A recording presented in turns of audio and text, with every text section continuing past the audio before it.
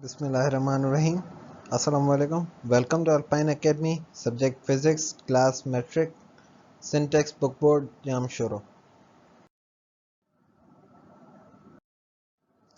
Index page.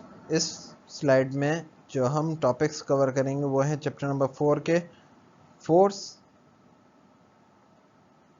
सबसे पहला topic होगा हमारा force. Second Newton's law of motion. इसके 3 लॉज हैं, फर्स्ट लॉ, सेकंड लॉ और third law, and we will differentiate between mass and weight. Force, ताकत। असल में फोर्स ताकत इस एक ऐसा एजेंट है जो कि आपके मोशन को या आपके रेस्ट को, जो आपकी एक स्टेट को चेंज करता है कि आप एक स्टेट ऑफ रेस्ट में हैं तो आपको मोशन में लेकर आता है, या स्टेट ऑफ मोशन में है तो आपको रेस्ट में लेकर आता है, जो भी इसके चेंजेस करता है। अब जिस तरह हम एग्जांपल्स चेक करें, यहाँ पर एक लड़का घास काट रहा है, तो जो मशीन है वो एक्चुअली एक उसको अगर मोशन में लाना चाहता है तो उसको एक फोर्स अप्लाई करनी पड़ेगी, बैक से उसको पुश करना पड़ेगा, तो इससे ये मशीन स्टेशनरी लॉन मूवर तो ये मूव करेगा। अगर ये फोर्स अप्लाई नहीं करेगा तो मूव नहीं करेगा। अनटिल और अनलेस, जब तक आप फोर्स नहीं लगाएंगे कोई भी काम नहीं होगा। और इसकी तरह बाइक साइकिल वाला है, ये साइकिल चलाने के लिए इसको पेडल्स पे फोर्स लगाने पड़ते हैं। एक बॉल है, बॉल को आप अगर किक करते हैं तो एक फोर्स से ये ट्रैवल करेगा। और हाँ, गोलकीपर जिस तरह बॉल्स को रोकता है, बॉल्स को रोकने के लिए भी उसको एक फोर्स चाहिए। और फिर एक बेकरी आइटम्स बना रहा है, तो आइटम्स बनाने के लिए भी जो उसके ऊपर रोलर घुमाएगा तो उसके लिए भी उसको फोर्स चाहिए। तो हमने एक बात सीखी कि कुछ फोर्स जो है, फोर्स कुछ ऑब्जेक्ट्स की शक्ल और सूरत भी चेंज कर सकते। जिस तरह इधर हम एक एग्जांपल देख रहे हैं बॉल की जो असल सूरत है वो कुछ इस तरह है, लेकिन जब हम इसको दबाते हैं, स्क्विश करते हैं, तो वो कुछ ओवल शेप जैसी होती है। उसी जगह पर एक स्प्रिंग है। स्प्रिंग को जब हमने खिंचाव नहीं किया हुआ एक अपनी नॉर्मल पोजीशन में, तो वो कुछ इस तरह है, लेकिन जब हम उसको खींचते हैं, स्ट्रेच करते हैं, तो उसका स्ट्रक्चर चेंज हो जाता है। So basically, force is an agent which tends to change your state from rest to motion or from motion to rest.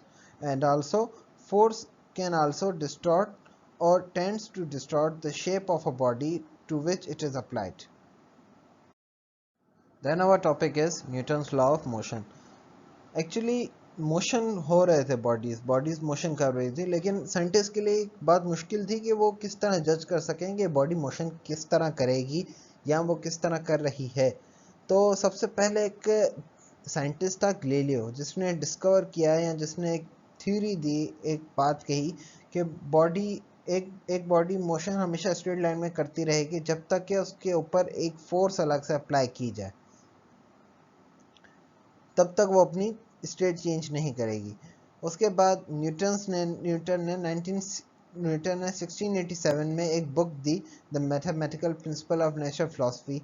उसके अंदर उसने अपने 3 लॉज मेंशन किए जो हम आगे चल के डिस्कस करेंगे। Newton's first law. तो न्यूटन का जो फर्स्ट लॉ है, बेसिकली इस लॉ की जो एक्सप्लेनेशन है वो ये है कि लॉ कहता है कि कोई भी बॉडी है वो तब तक रेस्ट की पोजीशन पे बैठी रहेगी या रेस्ट की पोजीशन में होगी जब तक कि आप उस पर कोई एक्सटर्नल फोर्स अप्लाई नहीं करते। और एक बॉडी जब तक मोशन में है वो हमेशा मोशन में ही रहेगी जब तक कि आप उस पर कोई फोर्स अप्लाई नहीं करते। जैसे फॉर इंस्टेंस, एक किताब है जो टेबल पर पड़ी हुई है, वो टेबल पर ही पड़ी रहेगी जब तक कि आप उस पर कोई फोर्स नहीं लगाते। उसी जगह पर एक बॉल है जिसको आपने किक किया है, जिस तरह बास्केटबॉल इधर एग्जांपल में शो किया गया है, ये बॉल तब तक नहीं रुकेगा जब तक कि आप इसके ऊपर कोई फोर्स अप्लाई ना कर दे रोकने की।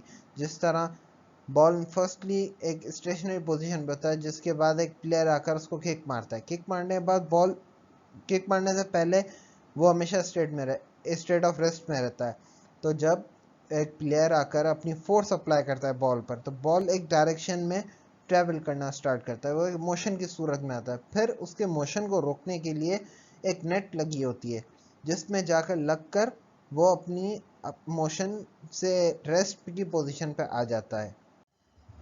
और हाँ, बॉडी के अंदर एक इनर्शिया होता है, एक स्ट्रेंथ होती है कि जो उसके मोशन को या उसकी स्टेट को चेंज होने से रोकती है। जैसे मिसाल के तौर पे आप स्टेट ऑफ मोशन में हैं तो वो आपको रेस्ट पर जाने से रोकती है, और अगर आप स्टेट ऑफ रेस्ट पर हैं तो वो मोशन पर जाने से रोकती है।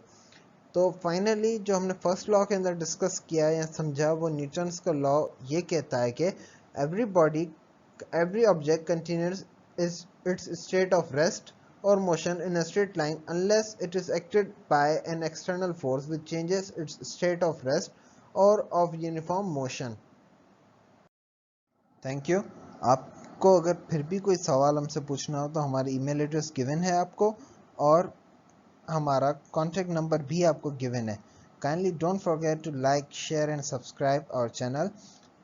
और दूसरी बात, इस स्लाइड में हमने जितने भी टॉपिक्स कंसीडर किए हैं इसी तरह के ही प्रॉब्लम्स, इसी तरह के ही फॉर्मूलाज और इसी तरह के ही क्वेश्चंस भी आपके गिवन हैं आपके चैप्टर नंबर 4 के एंडिंग में।